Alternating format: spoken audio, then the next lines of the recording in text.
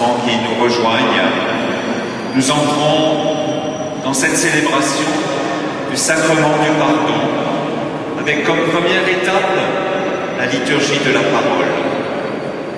Et puis, nous aurons l'occasion ensuite de faire la démarche auprès des prêtres pour recevoir, au nom de Dieu et au nom de l'Église, ce sacrement qui est ce que nous avons aussi de plus précieux à côté de l'Eucharistie.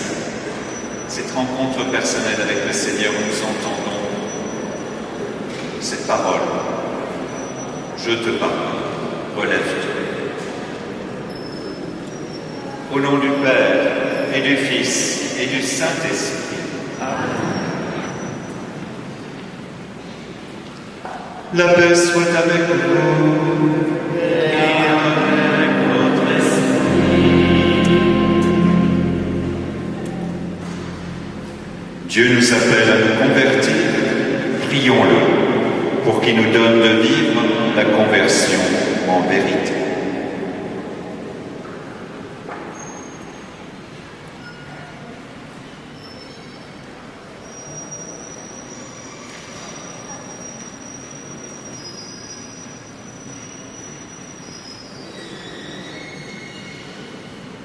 Père très bon et miséricordieux, tu ne veux pas la mort du pécheur, mais sa conversion. Viens au secours de ton peuple, pour qu'il revienne à toi et qu'il vive. Donne-nous d'écouter ta parole et de reconnaître notre péché. Alors nous pourrons te rendre grâce pour ton pardon, et en vivant dans la vérité de l'amour, nous marcherons sur les pas de ton Fils, Jésus-Christ, qui règne pour les siècles des siècles.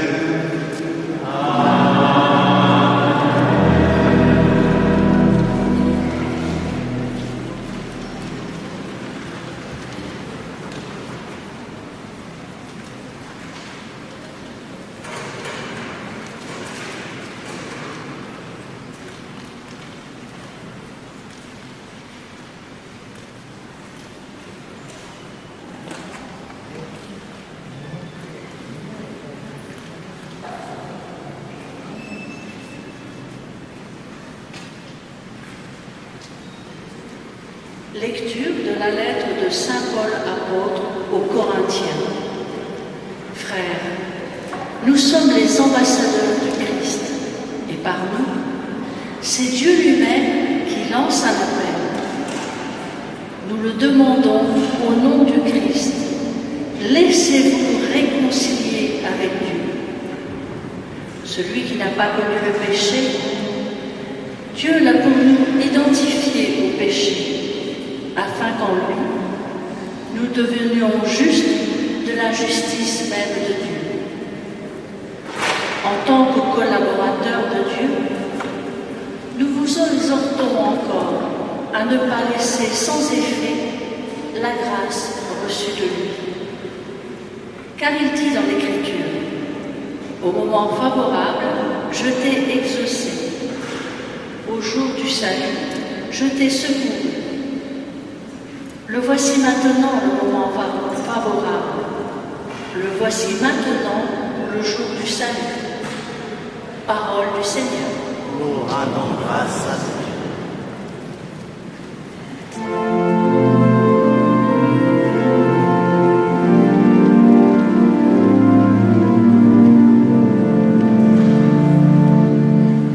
Pitié, Seigneur,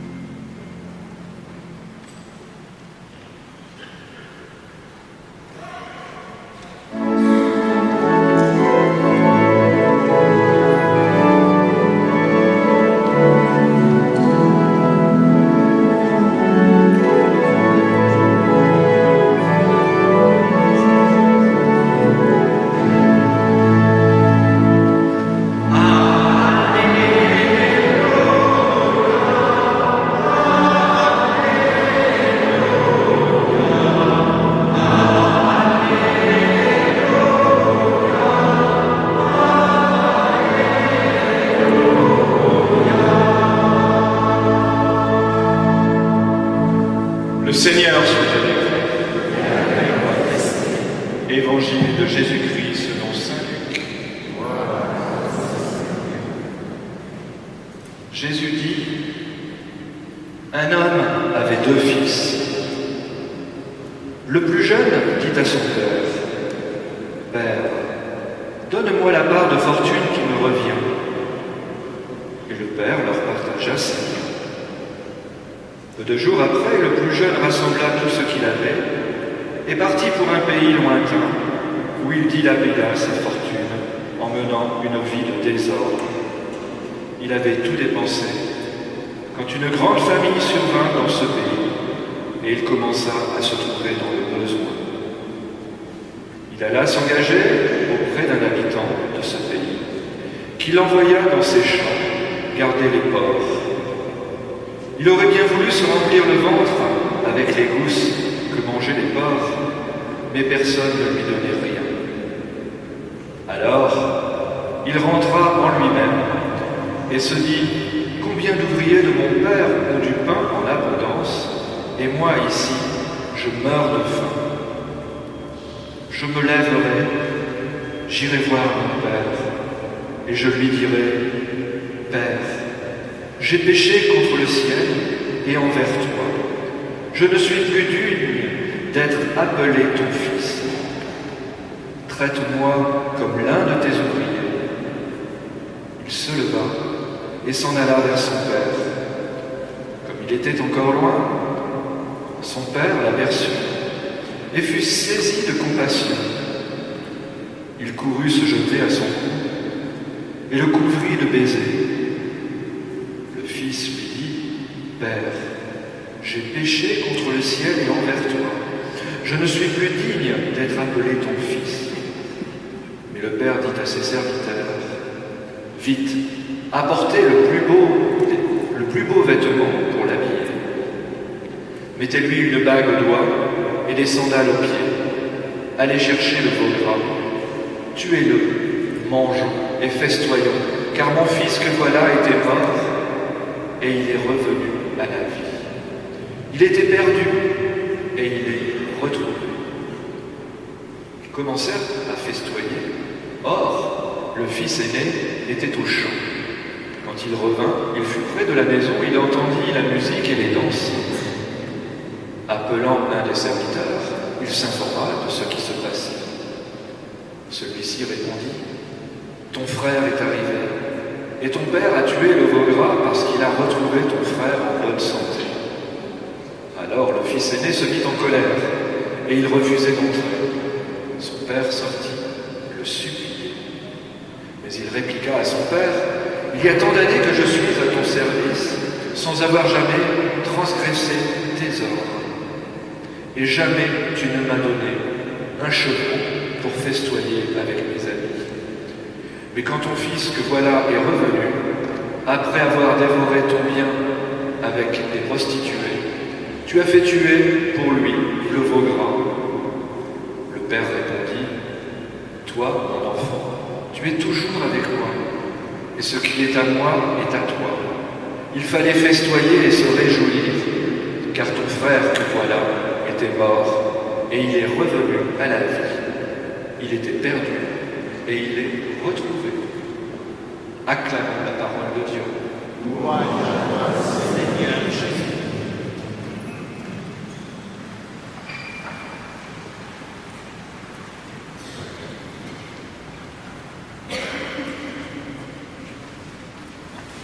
Cette parabole, dite du Fils prodigue, nous la connaissons bien. Elle est un des joyaux de la tradition chrétienne et de l'enseignement de Jésus, connu bien au-delà des frontières de notre Église. Beaucoup d'artistes se sont inspirés. Ce qui est en jeu dans cette parabole, c'est exactement ce qui motive notre rencontre aujourd'hui. Ce qui est en jeu, c'est la rencontre de Dieu notre Père, reconnu dans sa bonté surabondante, dans sa miséricorde. Les deux fils, c'est un peu chacun d'entre nous. C'est un peu les deux à la fois aussi de notre propre vie. Car au fond, aussi longtemps qu'ils n'ont pas fait l'expérience de la miséricorde de Dieu, qu'ils l'ont reconnu et accueilli, l'avancée dans la relation à Dieu ne se fait pas. Les deux fils n'ont pas de comportement très élogieux et on peut en rougir. Le cadet qui demande l'héritage avant même que le papa soit mort. Et par-dessus le marché, il dilapide ses dons jusqu'à en arriver à manger les restes de la nourriture qu'on jette aux pauvres. Et c'est qu'à ce moment-là qu'il se pose la question, finalement, pour survivre, est-ce que j'ai pas besoin de mon père?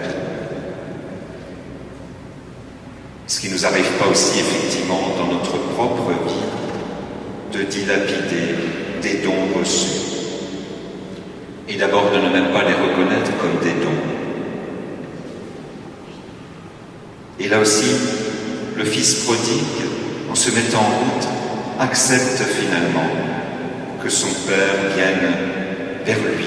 Bien plus, il n'a même pas le temps de se jeter au cou de son papa, c'est l'inverse qui arrive. C'est le papa qui se jette au cou du fils prodigue.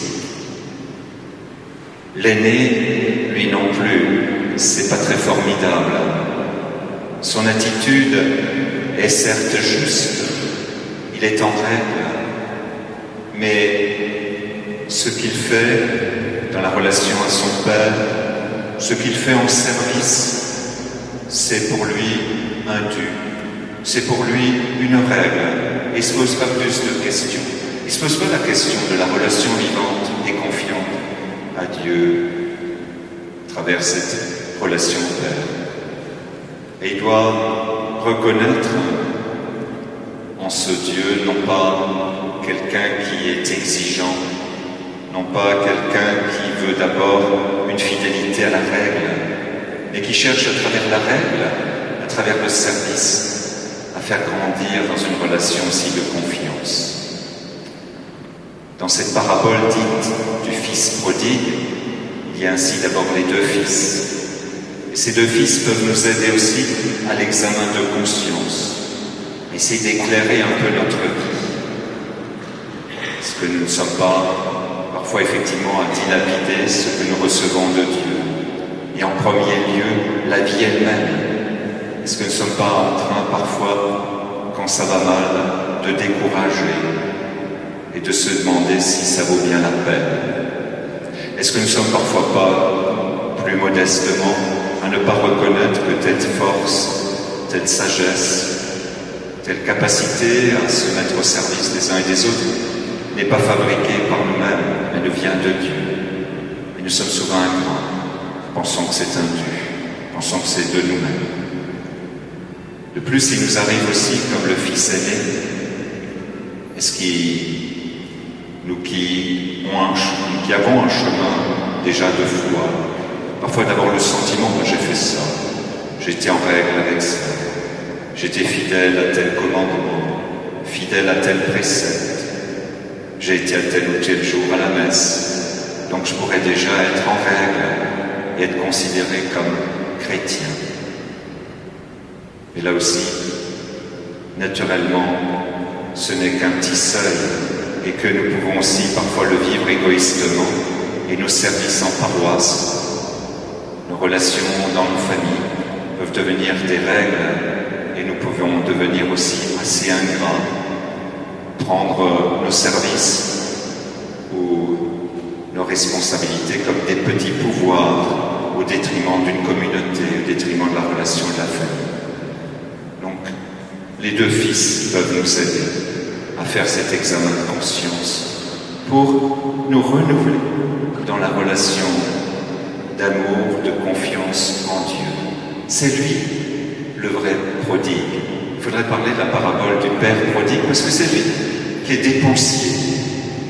pas en bien matériel, mais en amour. Et il peut toujours. Son cœur est ouvert et son cœur est une source d'où déborde l'amour, d'où déborde la miséricorde. Et il n'a jamais fini de nous aimer, il n'a jamais fini de nous dire « je t'aime ». Et c'est bien le sens du sacrement de l'Eucharistie et le sens du sacrement du pardon, les deux sacrements qui nous font avancer sur le pèlerinage de notre vie. Il nous faut bien deux pour avancer, deux pieds sur lesquels s'appuyer. Ce sont des deux sacrements. Il y a l'Eucharistie, mais à côté aussi le pardon. Pour ceux qui se préparent d'ailleurs au sacrement de l'onction des malades demain matin, ils sont invités par l'Église à se confesser avant de recevoir ce sacrement. Donc c'est l'occasion, ce soir, début de cet après-midi plutôt, de faire cette démarche. Le sacrement, c'est certes une célébration communautaire, parce que les fruits du sacrement, c'est le service, c'est un accroissement de charité que nous devons toujours vérifier les uns avec les autres. Mais c'est aussi une rencontre personnelle. Jésus n'a jamais fait les choses en vrac, il rencontre même en foule des personnes. Il va leur rencontre, connaît des noms, des nonnes. Et c'est le sens de ce sacrement, la rencontre avec Jésus qui veut nous ouvrir à la miséricorde de Dieu. Alors, avec les paroles de Saint Paul, je vous redis, devant la croix de Jésus, et en ce vendredi où l'Église fait mémoire de la passion et de la mort de Jésus, devant la croix, laissez-vous réconcilier avec Dieu le Père. Par Jésus sur la croix, nous avons obtenu le pardon. La source coule, à nous de l'accueillir dans ce sacrement.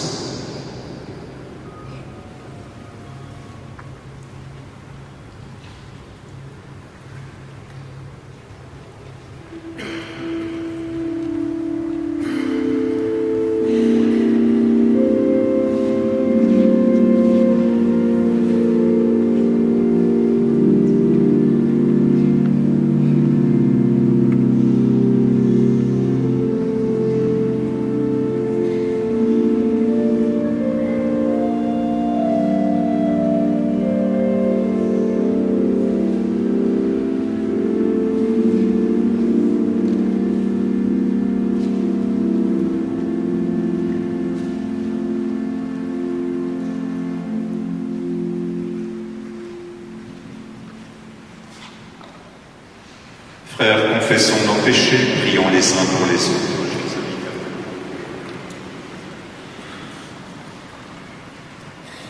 Mettons-nous à genoux.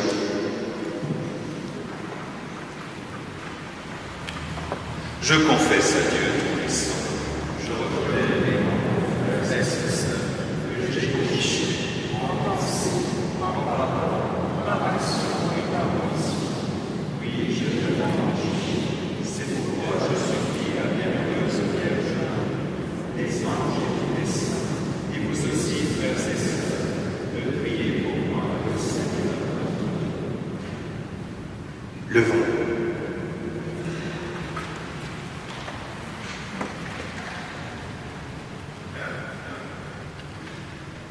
Prions Dieu notre Père avec les paroles mêmes que le Christ nous a enseignées, pour qu'il nous pardonne nos péchés et nous délivre de tout mal. Notre Père, qui es aux cieux, que ton nom soit sanctifié, que ton règne vienne, que ta volonté soit faite sur la terre comme au ciel.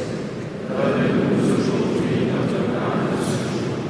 Pardonne-nous nos offenses, comme nous pardonnons aussi à ceux qui nous ont offensés, et ne nous laisse pas entrer en tentation, mais délivre-nous du mal. Seigneur, tu n'es pas loin de ceux qui se reconnaissent pécheurs dans ton Église. Délivrés par elle de tout péché, fais qu'ils puissent te rendre grâce avec un cœur renouvelé par le Christ notre Seigneur.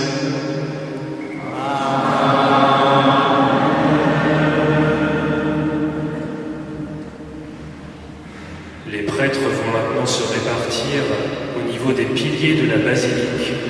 Vous pouvez les rejoindre si vous souhaitez recevoir le sacrement du pardon.